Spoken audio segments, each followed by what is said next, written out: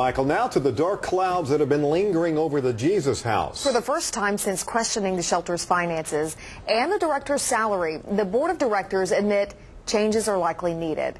Rusty Surratt has the latest on this story he actually broke last month. Well, you'll remember the Jesus House is being looked at by the state's attorney general following accusations of mismanaged money. Well, today, the shelter's board of directors met to discuss this issue and more. From the outside, it's business as usual for those living at the Jesus House. And Katie, one of the residents, likes it this way. I was basically on the verge of suicide. She says this shelter and the people who work here saved her life. I've never seen more love in any group of people than I've seen in the people that live here. The 19-year-old says you can't put a price on the work that the shelter's executive director is doing. But some are questioning Jan Mercer's salary. It's the poor helping the poor, basically. Mercer is no stranger to the media. She is often in front of the cameras seeking monetary donations for this financially strapped shelter. She told us just last month the Jesus House is sitting at negative numbers in the bank and utilities are likely to be cut off. But we later learned Mercer is given 12% of all donations that come in.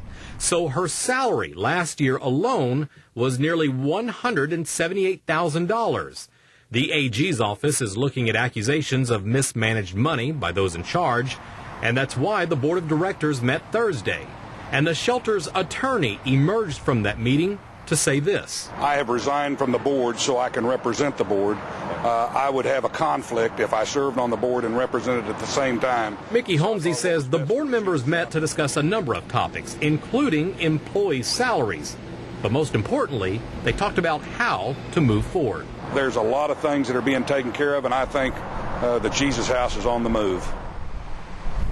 And since this has come out, there's been a lot of questions raised about the board members themselves and actually who is still an active member. Well, Holmesy told me today that all 6 board members were present for today's meeting. Amy? All right, Rusty. And when we asked about the percentage of donations she receives each year, she told us that's a figure that the board of directors actually set.